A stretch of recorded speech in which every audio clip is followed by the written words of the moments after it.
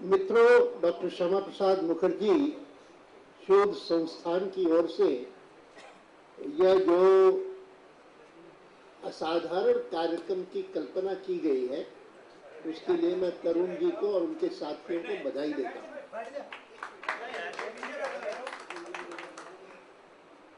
मैं स्वयं स्मरण करता हूँ कि 47 में जब स्वतंत्रता मिली थी तो आरंभिक वर्ष कितने शिक्षाप्रद थे। यूँ तो मैंने 47 से लेकर के आज तक की भारत में लोकतंत्र के विकास, राजनीति के विकास को प्रत्यक्ष देखा है और आरंभिक 10 वर्ष जब लोकतंत्र की स्थापना हुई और विश्व के बहुत सारे लोगों ने कहा कि भारत में लोकतंत्र कैसे सफल होगा, कि जहां पर करोड़ों लोग अपना नाम तक नहीं लिख सकते और अंगूठा लगा करके हस्ताक्षर करते हैं, वहां पर लोकतंत्र सफल कैसे होगा। ठीक है, नेहरू जी जब तक हैं तब तक चलेगा। और उन दिनों में इसकी चर्चा कम होती थी कि नेहरू जी के बाद कौन होगा। इसकी चर्चा ज्यादा होती थी कि नेहरू जी के बाद क्या होगा, what after Nehru. Who after Nehru इतना नहीं था जितना कि व्हाट आफ्टर नेहरू। क्या लोकतंत्र बचेगा? ये जो संविधान उन्होंने बनाया है वो फिर भी चलेगा? आज कोई नहीं कहता, लेकिन उन दिनों में ये सारी बातें होती थी। और मैं स्वयं याद करता हूं कि पत्रकार के नाते जब मैं चाइनीज आक्रमण के बाद 62 के बाद दिसंबर 62 में मैं लद्दाख गया था। ले पहली बार गया, और ले ही नहीं तो हम जो 12 पत्रकार वहां गए थे, 6 पत्रकार भारतीय थे, 6 पत्रकार विदेशी थे। उन सबको वे चुशूल ले गए, जिंगराल ले गए, जितने सारे क्षेत्र थे अलग अलग वहां सब जगह ले गए। और वहां हमको देख करके उनको ताज्जुब होता था। उन्हीं दिनों में दुनिया के कई सारे देशों ने भारत की सहायता की थी चीन के खिलाफ। हमारे यहाँ पर स्नो किट्स भेजे थे कई देशों ने, और हम जो पत्रकार थे, हम पत्रकारों को वो स्नो किट्स दी गई थी कि आप पहन के जाओ, आपको सर्दी लगेगी बहुत, और वहाँ कुछ खाने को मिलता नहीं है, अपने साथ डिब्बे ले जाओ कुछ खाने के लिए। ये सारी बातें थी।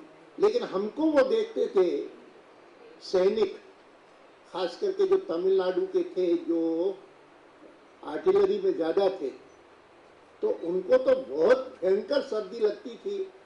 कपड़े भी पूरे नहीं थे, जूते भी पूरे नहीं थे, और हमारे पास इतने बढ़िया ड्रेसेस, उसको देख करके हमको शर्म आती थी सचमुच। और तब पहली बार एहसास हुआ कि भारत के सैनिकों की जितनी चिंता होनी चाहिए देश को, शासन को, उतनी नहीं है। यह समय वो था जब उस समय के रक्षा मंत्री ने एक बार एक स्टेटमेंट दिया था, मैं कभी भूल नहीं पाता हूँ, it is immoral for India to maintain a large army. बड़ी बड़ी सेना रखना ये अनैतिक है। कृष्ण मेनन थे उस समय हमारे रक्षा मंत्री। और मैं तब को भी याद करता हूं कि जब 1962 में भारत पर आक्रमण हुआ चीन का, और 1964 में 2 साल बाद समाचार आया कि चीन में एक लोकनोर नाम का स्थान है, लोकनोर। उस लोकनोर में चीन ने अणु विस्फोट किया और एक प्रकार से अणु क्षेत्र में प्रवेश करने का पहला कदम उठाया। चीन के इस निर्णय के कारण ही वाराणसी में भारतीय जनसंघ का एक राष्ट्रीय परिषद का अधिवेशन हुआ, जिसमें भारतीय जनसंघ ने पहली बार प्रस्ताव पारित किया कि हम इस मत के हैं कि भारत को भी अपना एक न्यूक्लियर डिटरेंट तैयार करना चाहिए, भारत को अणु बम बनाना चाहिए। ये पहली घोषणा 64 के चीन के निर्णय के बाद भारतीय जनसंघ ने की, और भारतीय जनसंघ की उस समय आलोचना होती थी। हिंदुस्तान के सब पॉलिटिकल पार्टीज वो कहती थी ये गलत बात कह रहे हैं। नेहरू जी की नीति सही है कि अणु शक्ति का उपयोग केवल मात्र पीसफुल कामों के लिए हम करेंगे, शस्त्र नहीं बनाएंगे, ये उनका कहना था। और ये कई, और मुझे इस बात का संतोष है कि 64 में कही हुई बात भारतीय जनसंघ की, और वाजपेयी जी को अवसर मिला 98 में पहली बार, 98 में हमारी सरकार बनी, और मार्च के महीने में उन्होंने शपथ ली, और 2 महीने भी बीतने नहीं दिए। मई 11 और 1998 को भारत को एक अणु बम दिया, पोखरण का विस्फोट करके। और ये कोई सहज निर्णय नहीं था, हमको जानकारी थी कि उसके कारण अमेरिका नाराज होगा। उसके कारण अमेरिका का कानून कहता है कि अगर कोई देश इस प्रकार से, जो कि इन प्रमुख लोगों में नहीं है, जिनको एक प्रकार से अनुमति दी गई है कि तुम बनाओ अणु बम, उनमें नहीं है, वो अगर बनाएगा तो उसके खिलाफ भारत को, अमेरिका को इकोनॉमिक सैंक्शंस लगाने पड़ेंगे। और उन्होंने इकोनॉमिक सैंक्शंस लगाए। चाहे इकोनॉमिक सैंक्शंस का हम पर कोई विशेष असर नहीं हुआ, असर थोड़ा बहुत हुआ तो अमेरिका पर हुआ, हम पर नहीं हुआ। और मैंने उस समय का काल देखा है कि जब न्यूक्लियर समझौता होने वाला था अमेरिका और भारत के बीच में, मैं देखता था कि हमारे यहाँ पर सरकार तो कीन है, उसके बारे में इच्छुक है, जनता कीन नहीं है। लेकिन सबसे ज्यादा कीन कोई है तो अमेरिका के इंडस्ट्रियलिस्ट है। अमेरिका के जो उद्योगपति और न्यूक्लियर प्लांट्स बनाते हैं, जो कि अमेरिका में भी एक भी नहीं है और कहीं बिकता नहीं दुनिया में। और इसीलिए लगता था कि भारत में अगर ये समझौता हो जाता है तो भारत पे बहुत बिकेगा, खूब बिकेगा। अब जैतापुर में उस पर विवाद हो रहा है सारा, उसका मैं उल्लेख नहीं करता, लेकिन हमको इन बातों को समझना चाहिए कि भारतीय जनसंघ और आगे चलकर के भारतीय जनता पार्टी ने किस प्रकार के दूरदर्शी एक दृष्टिकोण को अपना करके और सुरक्षा के बारे में, अच्छे शासन के बारे में, सैनिकों के बारे में किस प्रकार की चिंता की है। और डॉक्टर श्यामा प्रसाद मुखर्जी का जो दृष्टिकोण था कि जिसके कारण